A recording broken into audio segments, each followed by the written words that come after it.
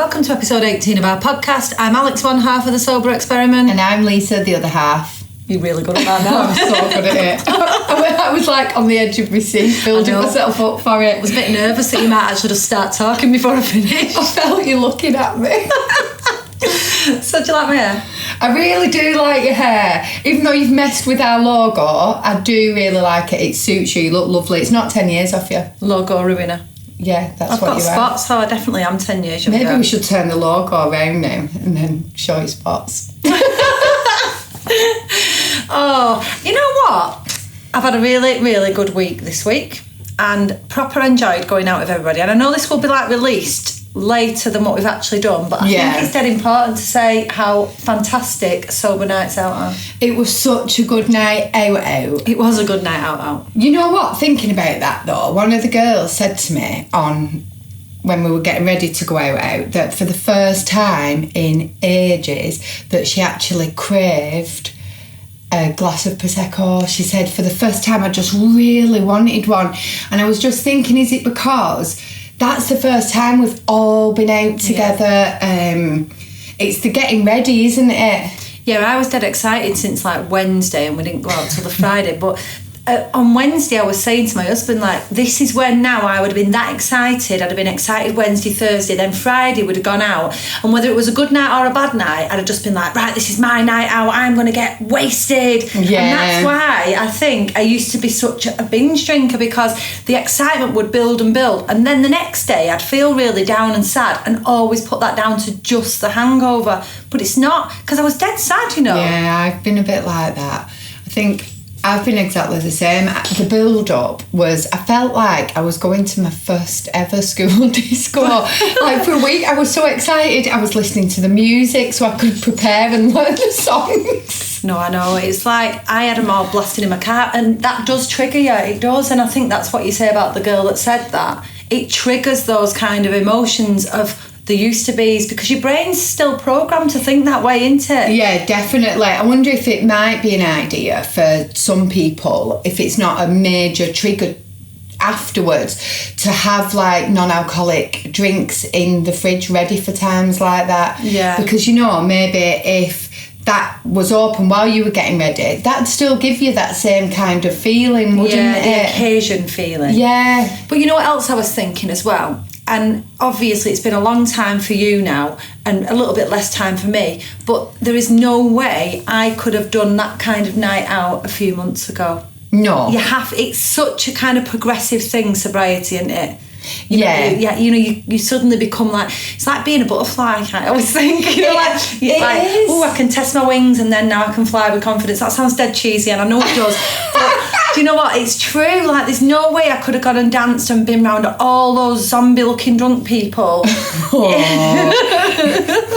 We'll talk more about them, but there's no way I could have done that without feeling like I was missing out, even though I'd never on the night. There's no way I wanted to look and feel like that. I loved that my makeup didn't melt down my face and that I wasn't falling all over and I didn't break a leg or an arm or whatever else I've broken. I haven't broke a leg yet. I nearly broke my blooming leg the other night, and the blisters on my feet, ridiculous. I tell you what, alcohol numbs blisters. Well, I said that to you when we were going out. You said to Sam, he spoke about your shoes and that they'd hurt later, and he was like, oh no, I won't be bothered later. And I was like, Alex, you probably still will be bothered because you don't have alcohol to numb that, so your feet would still hurt. Well, after you said that, I went to the little corner Sainsbury's and bought some Compeed, and what you don't know is that when I was in the taxi on the way round to the club, put them on. Did you? Yeah, put my Compeeds on. Oh, we're so organised. I know. So what about then going back to like day one all the time, or going back to the beginning, shall we say? What do you think about that in terms of, would you have been able to have that night out? Would you have been able to cope with that amount of alcohol around you at the beginning? I actually would. I went out a couple of times because I do like going out. I'm a people watcher, and I have really bad FOMO, fear of missing out, like really, really bad. And I've found that I still have that even now. So I'm usually still last at these events. We were quite late, weren't we? Yeah, we was. I weren't last though, and I'm so glad. Oh, I was ready to go Like, Yeah, what time was it? It was about 1:30 or yeah, about 1:30 in the morning, which is really late for us sober people. Yeah, we're normally in bed. Yeah, well in bed. So I was ready to go at that point.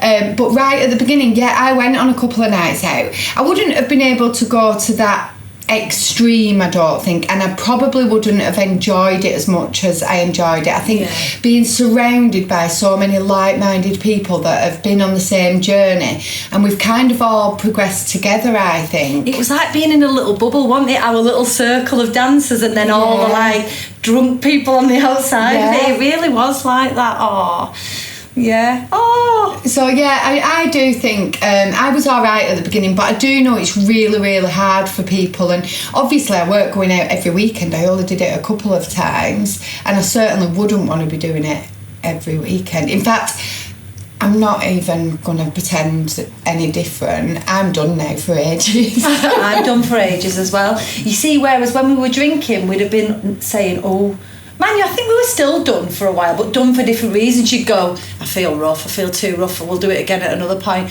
But you forget, don't you, as well? Yeah. You forget, and that's the thing. But there's so many memories, and I'm just excited that they're going to stay with us. Yeah, and remember it all. It's so lovely looking back at the pictures and actually smiling at them instead of going, oh my God. This is just before I did that. Yeah, like, or deleting them. Like, I used to delete all the pictures where I've, like, happily been able to see them go all over social media and be dead chuffed about it. Yeah, and we just looked the same from the start till the end of the night, apart from me starting to get sweaty head near the end of the night. That's just an Alex characteristic, isn't it? Yeah, I did a selfie when I got home in the mirror, because I've not done one before I went out, so I did one when I came home, and I looked just the same as I did when I went out, although a little bit tireder, I think. Yeah, it was tiring, that's the only thing.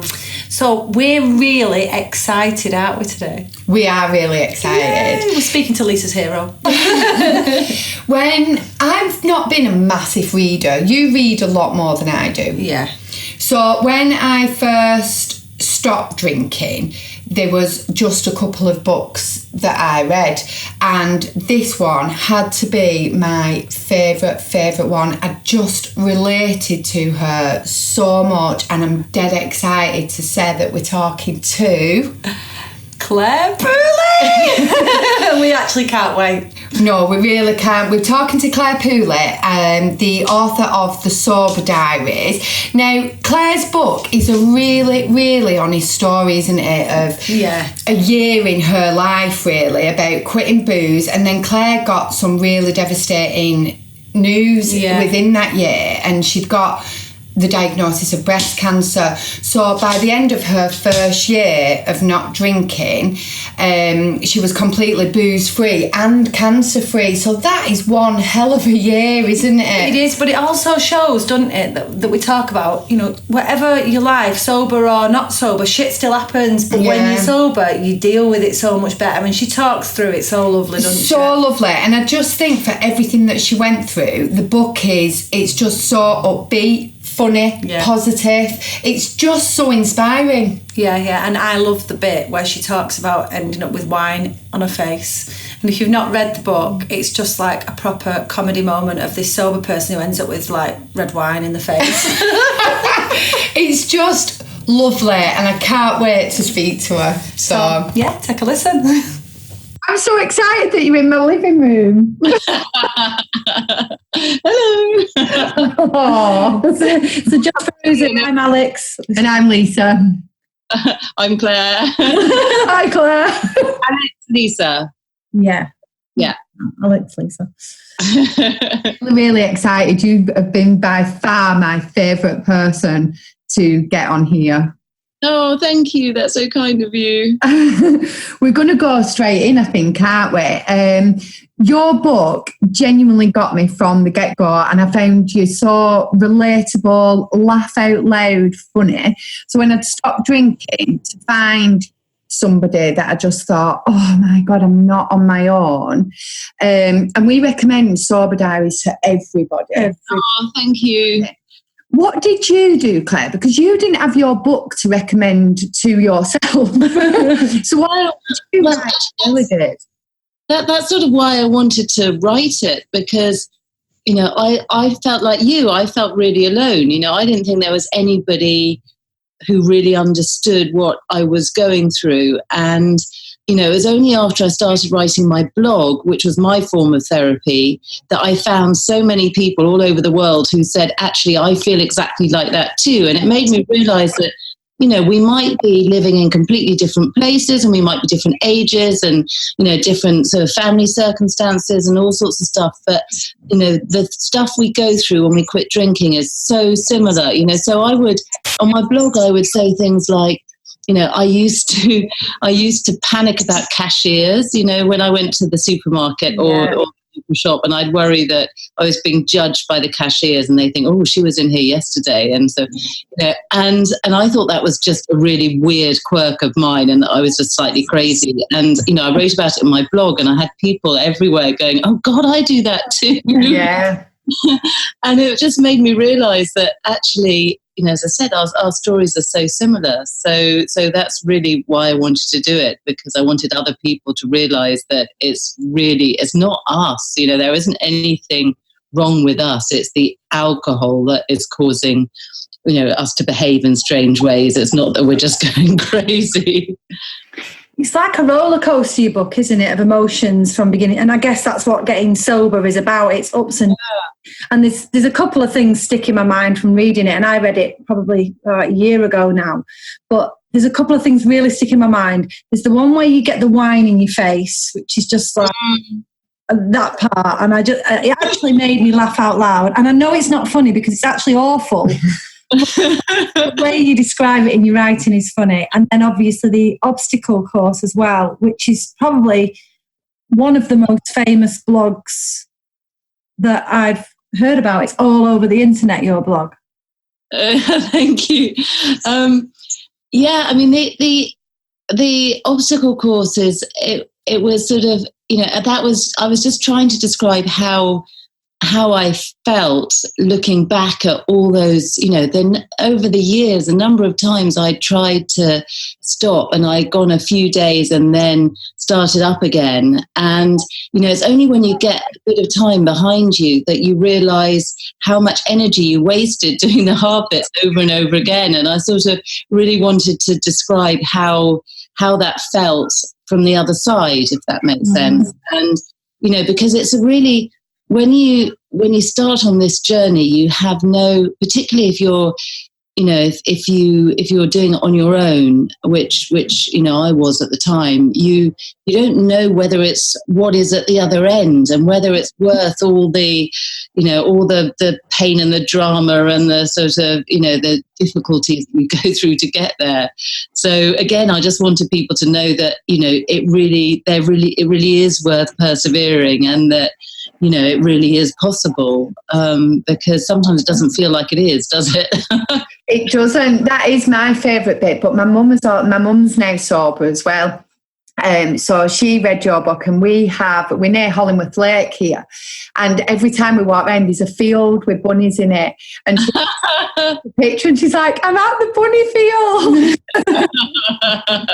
It's just amazing. And I think what makes your book so special is because it was written as a blog, so your heart and soul is in it, and you can just relate to it. Like now, I'm just over 18 months sober, and I forget what it was like in them early days. Yeah, I know exactly what you mean. And you know what? Memory is a really funny thing, because, you know, you look back at, you know, 3 years ago, 2 years ago, and it's really difficult to remember what it was really like when you were there. So, you know, you're right. I mean, when I wrote the book, it was based on all those blog posts I wrote at the time. And even, you know, I mean, I wrote the book quite soon afterwards, but even that soon after, I couldn't remember quite how bad it was. And, you know, and the whole breast cancer thing as well, I think to protect myself, I'd made myself forget what it felt like. And it was reading back through it, it was quite hard, actually. And, you know, and I always say to people, when you quit drinking, it's really helpful to write it down, because you do forget, don't you? You know, and it's so easy to get to about 6 months and you think, oh, actually, you know, I'm absolutely fine. And of course I can drink sensibly now and I'm never going to get myself into that sort of pickle again. And, you know, and you forget how bad it was. And it really helps being able to remind yourself. I mean, did you write down what you were going through? I did write quite a few blogs at the beginning, even just on my phone. I typed them and I put a few out there. I didn't publish a lot of them, but they did massively, massively help me. And when I look back at them now, I'm like, oh my God, how did I get through that? And I think writing did really help me as well in the early days. But speaking of memory, that's where, like, you talk about the wine witch, another famous quote in the sober sphere. Like, after a few months, you do get that in your head, don't you? Like, oh, you might be all right to have a couple. I haven't got a problem, because if I had a problem, I wouldn't have been able to stop for this long. So I think by you naming it the wine witch, like, I hear everybody speak about that. It was just genius. I just love everything about your book. I'm like a proper fan. Well, you know, I mean, the wine witch thing I found really helpful because, you know, I felt like, and actually the idea came from Alan Carr and Jason Bale, you know, their books, which I think came before Annie Grace's. And they talked about, I think it's Alan Carr who talked about a sort of snake or something that was sort of some sort of, I think he described it as a snake, and the snake didn't quite do it for me. I mean, I knew what he meant, but because my thing had a voice, you know, the wine witch made sense to me because I could hear her, you know, sort of constantly getting at me. And it just helps to sort of, you know, it helps to realize that it's not you. It's sort of, you know, that is the addict voice and it's not you, because otherwise you feel like you're constantly arguing with yourself. Does that make sense? You know, definitely. In one of our earlier podcasts, I actually talk about how in the beginning, and I do remember this, but only because I've written it down, I can remember it. I would have forgotten. But I talk about having a big debate in my head, and I actually could, it's my own voice, so, you know, but it's going, you can have a drink. No, don't be so ridiculous. You've done this many days now. No, yeah, but you can have one. And it really was. It's just noise. It's noise. Yeah. Bat off all the time. Yeah, it's funny. I was on this great radio program last night called Badass Woman's Hour, and they said to me, you know, why, you know, surely it's all about moderation, and surely it's all about, you know, about doing things sort of, you know, just being sensible, and you know, how do you? And I was explaining that, you know, the difference between people who can moderate and people who can't, you know, like me, and how, you know, I think that, you know, some people are very much all or nothing about everything, about alcohol, about, you know, about life generally, and that's very much how I feel. And you know, and they said to me, well, how do you know if you're an addict? You know, how do you know if it's a problem? And, you know, for me, the real sign that, you know, you are not drinking normally or smoking normally or you know, whatever your addiction might be, is the noise in your head. It's that constant sort of debate that, you know, that just becomes so tiring and boring, doesn't it? You know? Yeah, and it's the time it takes up. You know, like when you're not drinking, you're thinking about drinking, or you're recovering from a hangover, and then you're thinking about your next drink. And for me, you know, your book was the one that Lisa recommended, because Lisa had been stopped a full year before I had.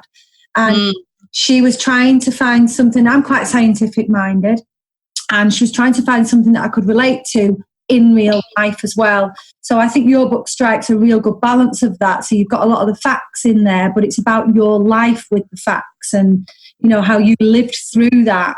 Yeah, and actually the facts I put in there, I put in as I discovered them, if you see what I mean. Yeah. Through, you know, that sort of journey, I did a whole load of research, and I just sort of, you know, so it was the things that were relevant to me at the time. So, you know, it might be about how alcohol affects your sleep, or how it affects your moods, or, you know, whatever. And it was, you know, and then I looked at, when I got to the point where, you know, things suddenly got very hard again, I discovered PAWS, you know, so post alcohol withdrawal syndrome. and I wrote about that, and so I sort of put it in at the point at which it becomes relevant, if that makes sense. How long have you actually been stopped drinking now then, Claire?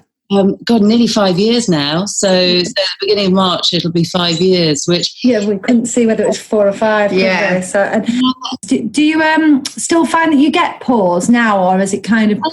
No, not really. I mean, they say that it takes about 2 years before everything completely settles down, and that's certainly how I felt. I haven't, every now and again I think, this is the sort of moment where it would be quite nice to have a drink, but it's such a fleeting thought. And, I don't have those mood swings anymore or any sort of, it's nothing more than a fleeting little sort of, that's, that would have been a champagne moment in the old days, Yeah. And, the weird thing is, at the beginning, do you remember how long, like, one day felt? Oh, yeah, we have this conversation a lot, don't we? And, one day felt... Now there's not enough time. Yeah, I mean, I counted in days, and then I started counting in weeks, and then eventually I started counting in months. And now I'm honestly at the point where I have to think, is it 4 years or 5 years? And oh, wow.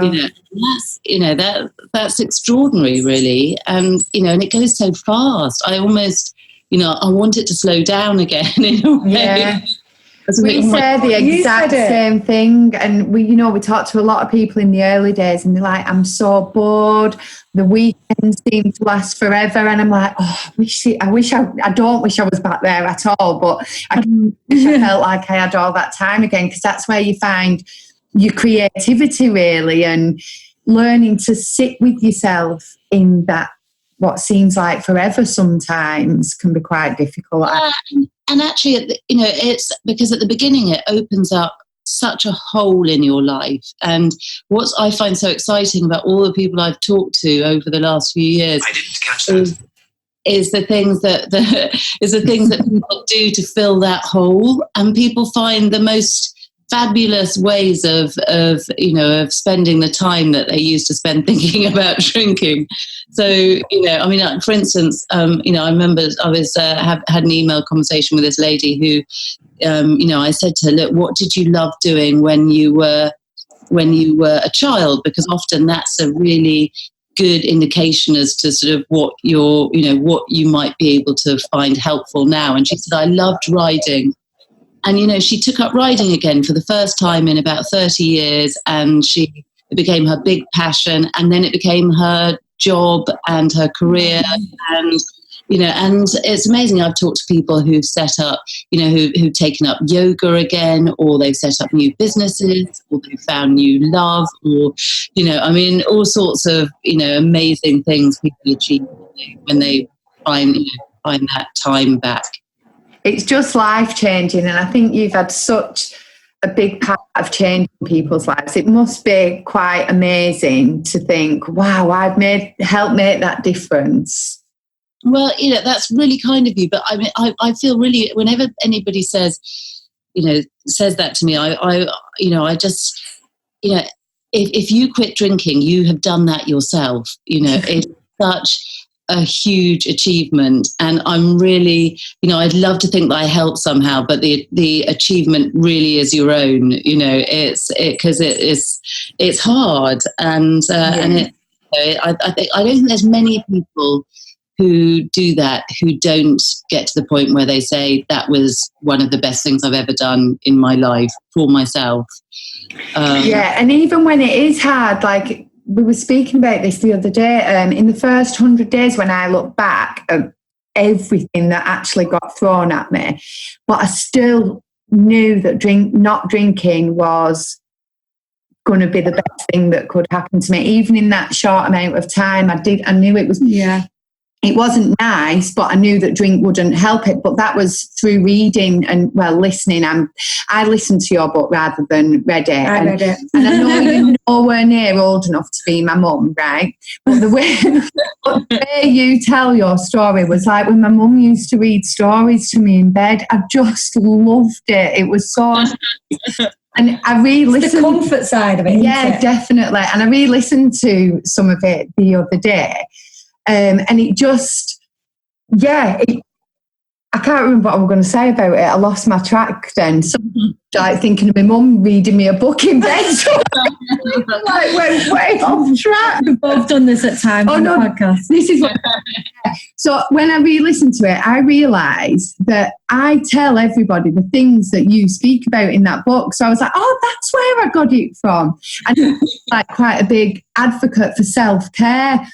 Do you still look after yourself, Claire? Yeah, I do actually, and I tell you why, because the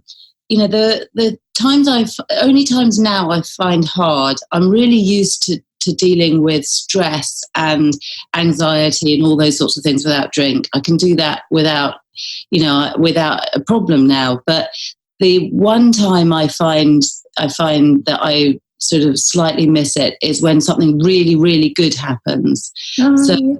If I get some really good news and I think, oh God, the cake isn't going to cut it.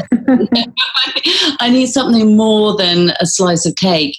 And I find what really helps there is to have a list of things that you can do for yourself that just make you feel like you've earned it. They're like a really good reward. And, and what I used to do to reward myself was poison myself, and now I do is I'll book a pedicure, or I'll go and have my hair professionally blow dried, or I'll go and buy some flowers or something, and I have a little mental list of those things that at those moments where I would have thought, now is the time to get completely trashed to celebrate some great news, I will do one of those things. So, and I think that's really important because you have to take those moments in life and really celebrate them and pat yourself on the back and really sort of, because life isn't always easy. So when it is good, you've got to make the most of it, haven't you? Definitely. And you've just had great news, haven't you, with the release of your first novel? Yeah. I mean, my life has changed so much since I quit drinking, because I'd always wanted to write. I'd always loved writing. I'd loved reading, and I never thought that I could do it. And after I wrote the Sober Diaries, I thought I wanted to carry on writing, and I also wanted to explore this whole idea of what happens when you tell the truth about your life, because actually writing the Sober Diaries was me being, for the first time in a long time, being honest about what was really going on. And if anyone had looked at my Facebook feed or my Instagram feed or whatever at that time, they would have thought it all looked, pretty perfect and in control and all fine. And it wasn't all fine. It was all a big mess. And I was the only person that knew that. And when I wrote the book, it not only did it make me feel like for the first time in my life, what I was showing people was matching up with the reality, but it changed other people's lives too. So I thought, well, what would happen if everybody started telling the truth about their lives? And that led to this idea for a novel, which is called The Authenticity Project. And it's all about a little green notebook, which an artist called Julian Jessup, who is 79 years old, he writes on the front, The Authenticity Project, and he leaves it in a cafe. And inside it says, everybody lies about their lives and what would happen if you told the truth instead. And he tells the truth about his life, and which is that he's very lonely. And the book is picked up by the cafe owner, who reads his story and decides to track him down and make his life better. And she writes her story and leaves it somewhere else where it's picked up by somebody else who actually happens to be an addict. So there's a fabulous character called Hazard, who is an alcohol and cocaine addict, and so we see Hazard getting sober. So it's all. If you read the Sober Diaries and you read my novel, you'll see there's a number of little stories that you will recognise that are from my life. So do you remember the story about when I chucked the cauliflower at my husband's head when I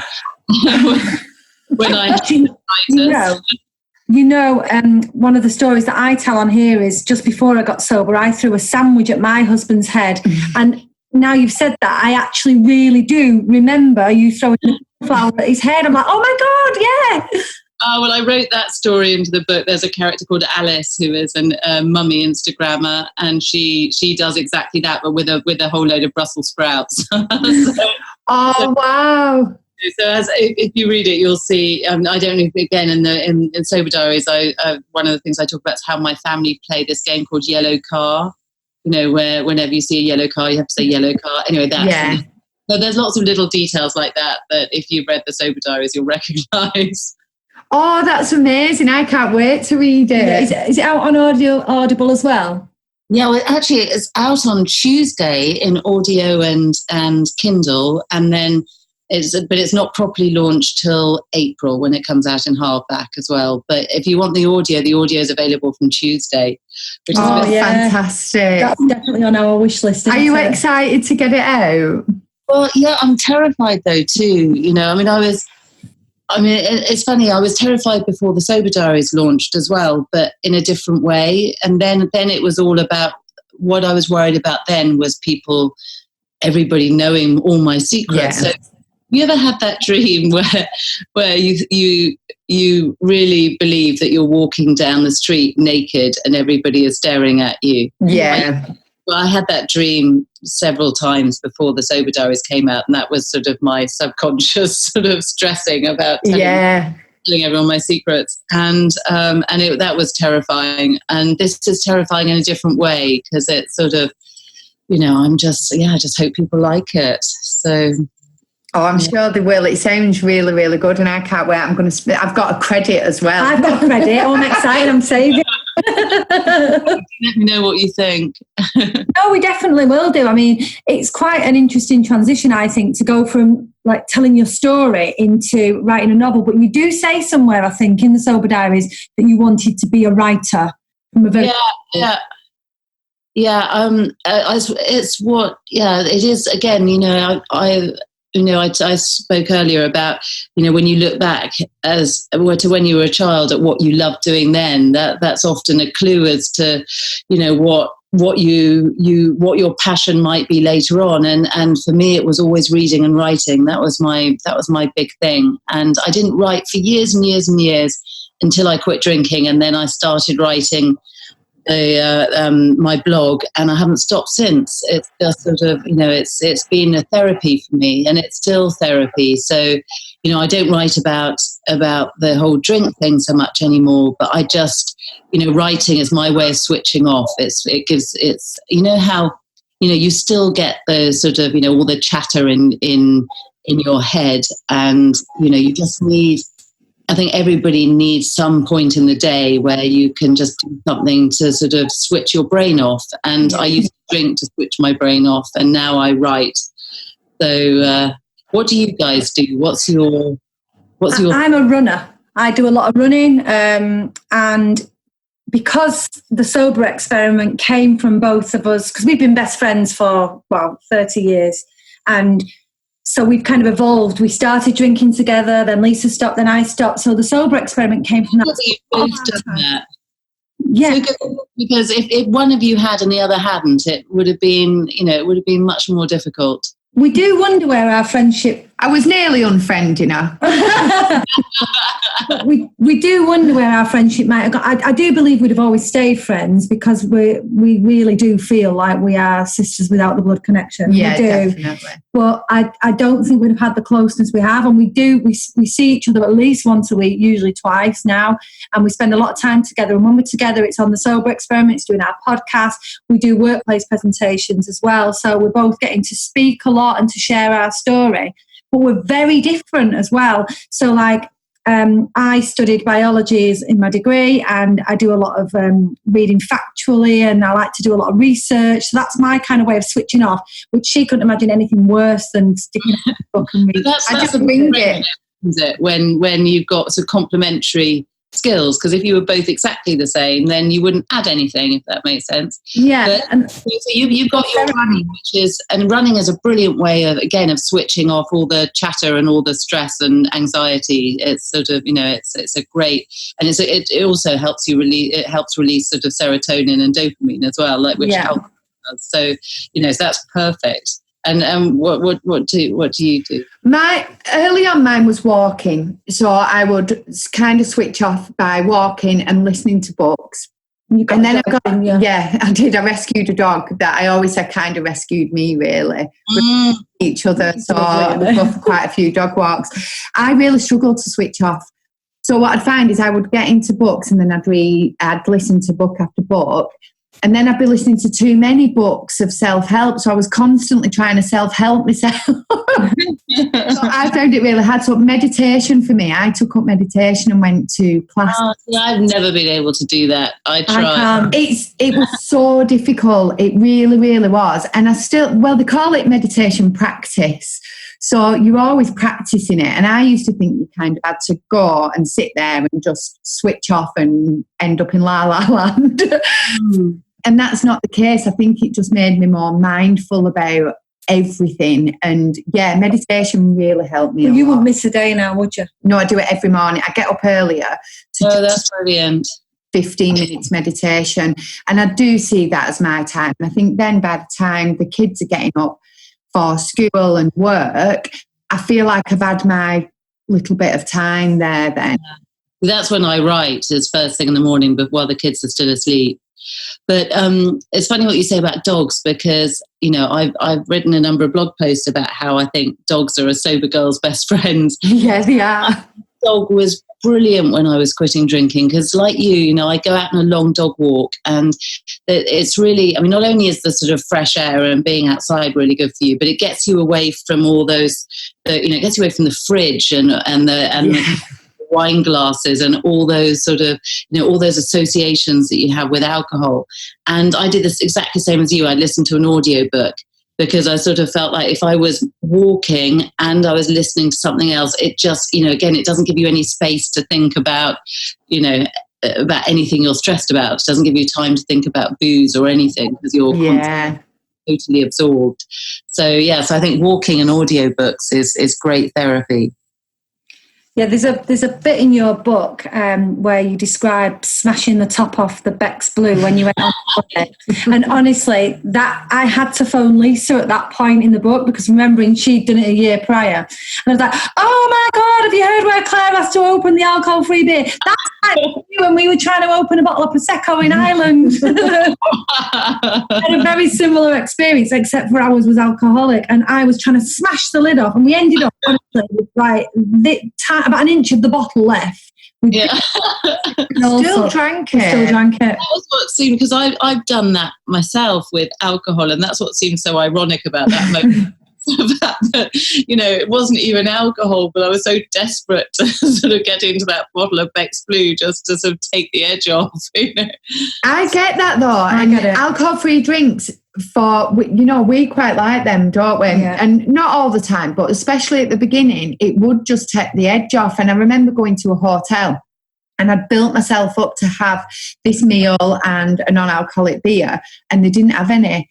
And it really threw me, and that's what took me back to, it did. It really affected me, because I'd built myself up to have it, and they didn't have it, and I was like, what do you mean? It's amazing how it works. For some people, it's a real trigger, and they don't find it. And so, I think it's really important to always say that everybody has to do what's right for them. And, if it doesn't help, then steer clear. But, I found it really, really helpful, because it's sort of, in the early days, your subconscious is so used to associating, things that look like alcohol and smell like alcohol and taste like alcohol as, a way of de-stressing, that it still works even when the alcohol isn't there.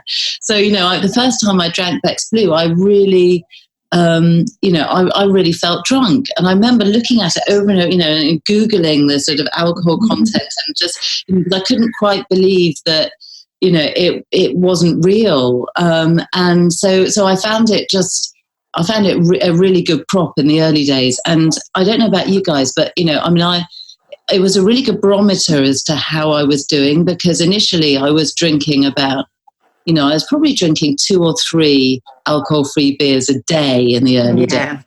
And then when I was diagnosed with breast cancer, that went up. So at that point, I was probably drinking about 5 a day. Yeah. Now I drink maybe 2 a week.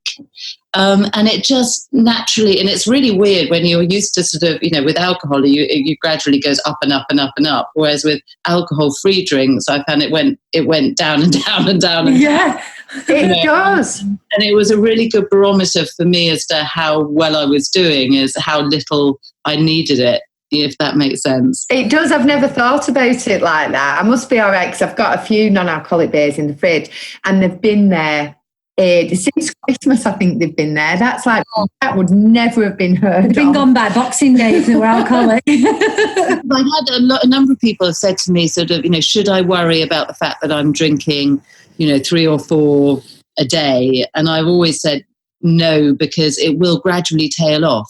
As you need less, you will drink less of them, and it's completely the opposite from an alcoholic drink, where you drink, the more you drink, the more you want. Yeah. So can we just go back and talk briefly about your diagnosis of breast cancer? So that must have been really tricky to deal with at the time, especially when you weren't drinking, in terms of if you've been used to a coping mechanism of having alcohol. So what did you do during that period to just stop you from picking up a drink again?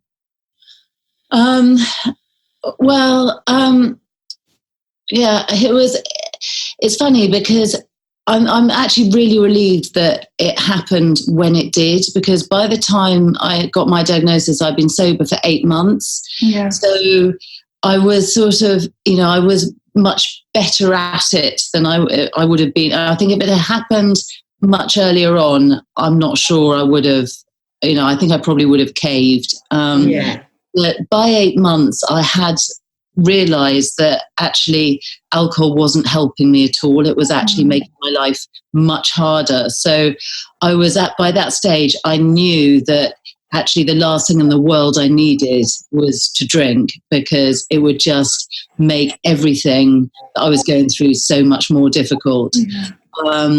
But the things, so to answer your question, how did I cope with it without the alcohol? Alcohol-free beer was a real prop. And as I said, I did end up drinking loads of it at that point, because it just gave me something to do with my hands, and to take, it gave me something, a prop to take my mind off things. But the other things that really helped, crying. I think, before I quit drinking, I never used to cry that much. I sort of, I think I always used to bottle stuff up. And I think what it taught me, and both quitting drinking and the cancer taught me, is that crying is really therapeutic. Brilliant. And when you're having a really hard time, don't stop yourself crying. Just if you can, just howl for half an hour. It makes you feel so much better. It's like a natural pressure valve. And I think, being British, we sort of think, oh, cry, that'll just make things worse. It doesn't. Crying makes better. It's like sort of, it releases all that sort of, all that anxiety. So I did a lot of crying. So what I used to do is I would leave, because I couldn't cry in front of the kids, so I would take the dog out for a walk into a park, and I would go to some, quiet place in the quietest place I could find in the park, and I would howl, and and every now and again I'd bump into somebody I knew, and it was really embarrassing. Your mascara. I found that really, really helpful. And then the third thing that I did, whenever I could find the time and the money, was massage. And because, I just found that I was so physically tense, that actually having somebody just help release all that tension that I was holding around my shoulders and my neck and everything was really helpful. So yeah, crying, massage and Beck's Blue. That sounds like a dream. A combination of therapies, yeah.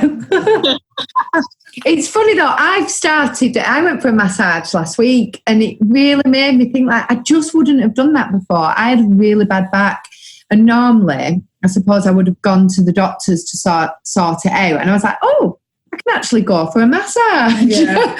I just thought about doing them things before.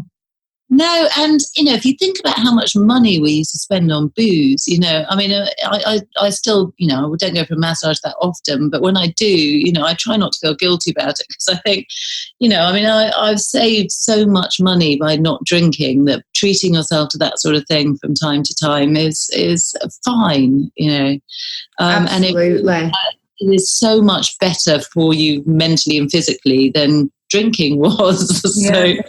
I keep telling myself that, Claire, with new dresses. I'd have spent this on a weekend. I would have done. How have you found like family life has changed since stopping drinking, and like dealing with children and so on? So I think for me the main difference is everything is just much calmer. I think our whole house is much calmer than it used to be, because, I think when you're drinking, everything is just up and down the whole time. And, and kids pick up on that, don't they? And, if you shout, they shout, and everything that, the whole sort of general noise in the house increases. And so I think generally everything is much calmer, and I think we're all much more on the same wavelength, because the thing I feel awful about now is, is how much time I spent running away from my own kids. And, and I used to read bedtime stories as quickly as I could, so I could go and open a bottle of wine. And I would, if we were going on holiday, I would try and arrange it so that the kids had something to do, so we could do something else. And, and it was always about sort of adult time versus kid time. And when you stop, you have to force that delineation anymore. So we do far more stuff as a family than we ever did before. And, I used to, weekends, for instance, I would always design around drinking, which the kids obviously aren't interested in. Whereas now I'll think, well, what are we going to do at the weekend? And we'll organise to do something, together as a family. So we do a lot more stuff than we ever did before. Do you find that? Definitely. Absolutely. Yeah. With the kids, I suppose, we used to go out on a weekend for meals, so we'd be like, let's all go for a meal. Looking back now, it wasn't about the food, it was so we could have a drink. And I remember my youngest, like, afterwards saying, can we go home now? And I'd be like, no, why do you want to go home now? Come on, we're just talking. And I feel awful about it now, because they must have been so bored. And now if we go for food and they're like, should we go? And I'm like, yeah. I can't wait to get back home. So, yeah, weekends kind of revolved around drinking. And I don't think you realise at the time that it does, and that you are trying to rush through the story, or you don't tell yourself you realise it. I think when you stop and you look back, you're like, oh, yeah. Yeah, and I talked in the book. I think there was a chapter which I called sort of restlessness, and I think I was on holiday in Cornwall, and I was talking about how, when I was drinking, I always felt restless. I was always looking at what was going to happen next, and I think that's because in my head I was always planning the next drink and the next sort of time I could sort of, so whatever I was doing, I was always thinking ahead to what was going to happen after that. And and I think that one of the great things about family life when you don't drink is that you are much more in the moment than I ever was when I was drinking, because I'm not always trying to rush through an activity to get to the next drink or the next adult time. So yeah, definitely. So what kind of conversation do you think you'll be having with your children as they get to that age of drinking? Are you kind of thinking they won't drink, or they will experiment, or what's your take? Well, what, my eldest is now 16, so all her friends drink now, and she drinks from time to time. And what's really, we had this really interesting conversation actually the other day, because she said she was talking about the fact that most of her friends vape as well, and and she said that she was under a lot of pressure to vape, and she said, well, so I turned around to my friends and I said, well, problem I've got is that my mum's an addict, and addiction is hereditary, and so I have to be really careful about things like that. And apparently everyone went, oh yeah, that's fine, completely get it. Oh, you're a good excuse then now. Yeah. And actually, it was quite a cruel excuse. It wasn't sort of, and everybody completely accepted it, and nobody puts pressure on her when, if she uses that sort of, that excuse. And but she does drink sometimes. And what I've said to her, and what I say to any teenagers who ask me about these things, is that I think there are 3 rules that you should try and keep in mind when you start drinking. And one is never drink alone, and never drink more than 3 times a week on 3 different occasions a week, and never drink more than 3 drinks in any one go. And if you can remember those things, and and everyone goes, when you're sort of 16, 17, 18, that seems really reasonable. And I say, look, do you think those rules seem fair? And they go, absolutely. And do you think they'll be easy to stick to? And they go, absolutely. And I say, well, no, if you get to 10 years from now and you find yourself saying, oh, that rule about not drinking alone, that doesn't really count, and you find yourself thinking, oh, that 3 times a week thing, that's not really necessary to stick to 3 times a week, then that sort of it's starting to, take hold of your life, because those are very reasonable rules to stick to, and they're not ones I ever could. No, I think that's brilliant. I've got a 21-year-old who she works with me and my mum in our other business, but she also works behind a bar, so there's always an excuse really to have a drink, after work, and I'm going to speak to her about that, because I think it's just brilliant. Yeah, it's good advice. And I probably get on a case a little bit more than I should. I didn't at first, but I think I do, or I'm just really aware of when she does go out and drink. So I think I perhaps do her head in a little bit, but if we stuck to something like that, then I might not have. You can't say to them, don't drink. No. I mean, this is the world we live in, and and we all went through, had to go through our own learning curves here, and we can't expect our kids not to. But I think if you can get them to agree to some rules that they really believe are doable and fair and reasonable, then that's a really good thing to do, because it just gives them, hopefully they'll never forget that conversation, and it will give them something to look back at and think, oh, actually, I remember how reasonable I thought that was, so why don't I think that anymore? Yeah, that's really good point. Do you remember, I remember the first time I started drinking by myself, and I'd moved into a flat on my own, and I was 26, and it was just when Bridget Jones was out, and sort of, and Ab Fab, and, all of that sort of stuff. Yeah. It was all sort of ladette culture, and, and I remember thinking sort of course it's fine to drink on your own. Bridget Jones drinks on her own. Yeah. I live by myself, so I've got to be. There's nobody else here to drink with, and and I should have realised then that drinking is fine if it's about socialising, but when it's drinking on your own isn't okay. And I don't know, at some point we stopped thinking that it stopped being a taboo, and I don't know why, but I think it still should be. I think you're right. I think you find excuses though as you go through life. Like you say, oh, well, I live on my own, so I'm going to drink on my own. Like for me, it was, well, I've got a really stressful job now, so I deserve a drink on a Thursday. So I gave myself reasons to break my own rules. Yeah, exactly. I did exactly the same. I think this is why I really did like your book so much, because I moved into a flat when I was a lot younger than 28. I was like 17.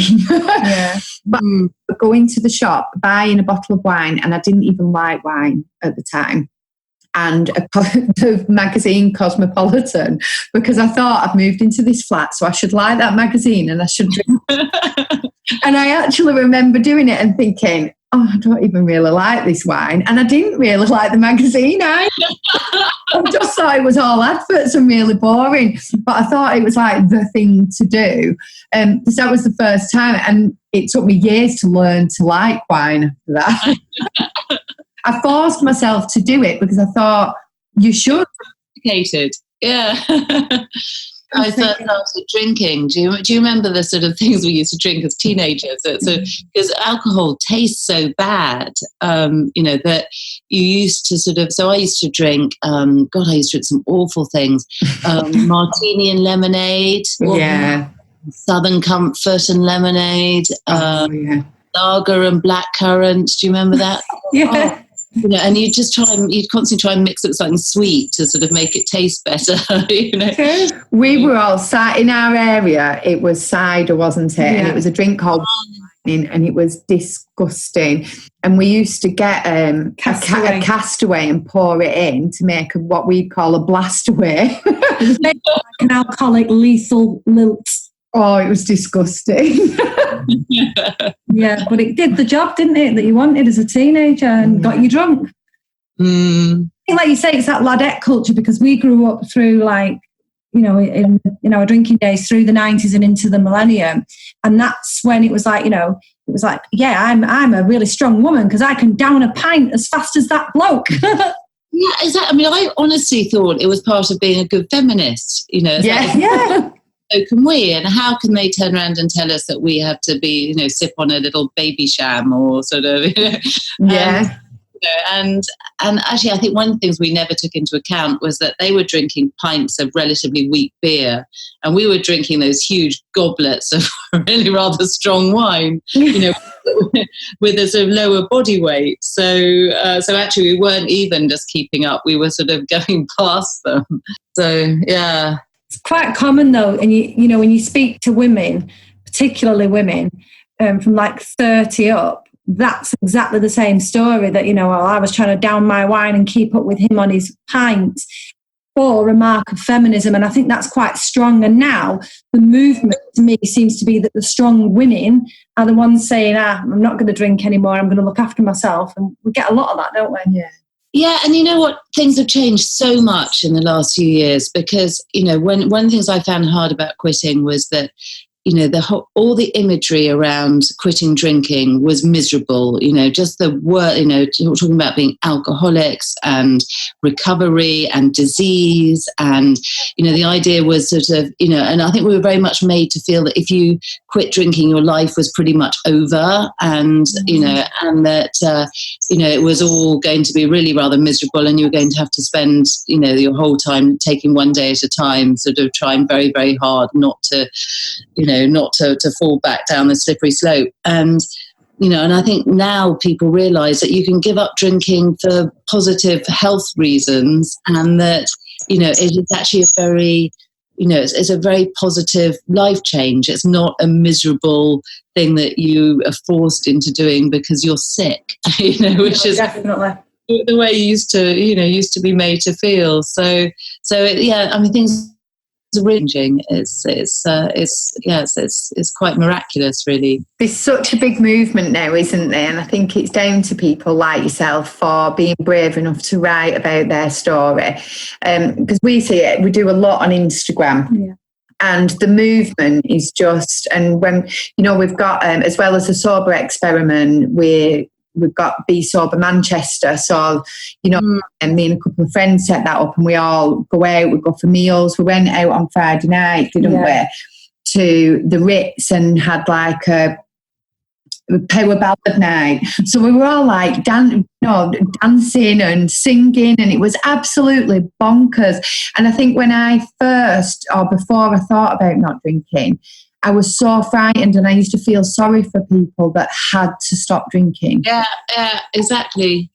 And, the Instagram thing I think is really interesting because when I first quit, there were a lot of people like me who were blogging, but it was all anonymous. And, and I blogged anonymously for the first year. And I would have been really horrified at the idea that anybody would know it was me. And what's great about the whole sober Instagram thing is all those people who are out there who are going, yeah, you know, this is me, this is what I'm doing. It's all visual. There's no hiding behind pseudonyms and sort of shame and all that sort of stuff. It's very much more in your face and proud and, you know, and out there. And that makes such a difference to everybody because, you know, it just takes the whole shame out of the equation, which is which is really great.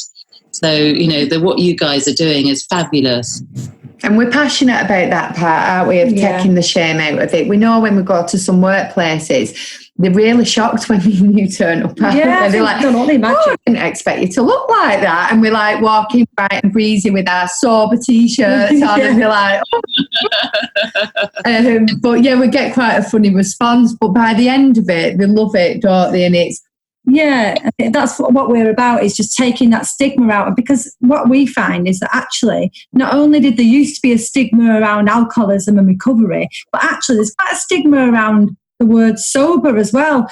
You must have had a disastrous problem and been in the gutter somewhere in order to now be sober. So we're doing a lot of work trying to remove that. Yeah, and again, I think one of the big things that's changed recently is it used to be everybody used to see things very black and white. You were either a normal drinker or you were a chronic alcoholic, and and there was nothing in between. So if you said you've given up drinking, everybody immediately used to sort of make assumptions about you, you know, that you were sort of a down and out drunk and you were sort of, you know, you put your children in danger and you all sorts of stuff. And, you know, I think now, again, there's a much more of an understanding of that whole grey area in between. And, you know, you've heard people talk about grey area drinking and most of us fall into that middle area. We're not either one extreme or the other. And just because you don't fit a sort of, you know, the image of the sort of chronic alcoholic doesn't mean that giving up drinking isn't going to make your life much better. You know? Yeah, and it really does as well, doesn't it? Yeah. Oh, Claire, thank you so much. I've really enjoyed this conversation. Oh, me too. Thanks for having me on, guys. I'm just a chuff you here. In Lisa's front room, that's what it is. She's like, Claire's been to my house. I don't read that much. I used to read a lot when I was younger, and I read a lot when I first stopped drinking. But I feel like I'm just past that bit of reading books now. Not all, I mean, like sober, quick lit books. I'm ready to move on from that. And yours were just by far my favourite. So, and for me to listen to it all the way through, it's a massive compliment, Claire. Oh, well, thank you. I really appreciate it. Oh, thank you so much. Take care. And lots of love to you. Back to you. Thank you. Later. Bye.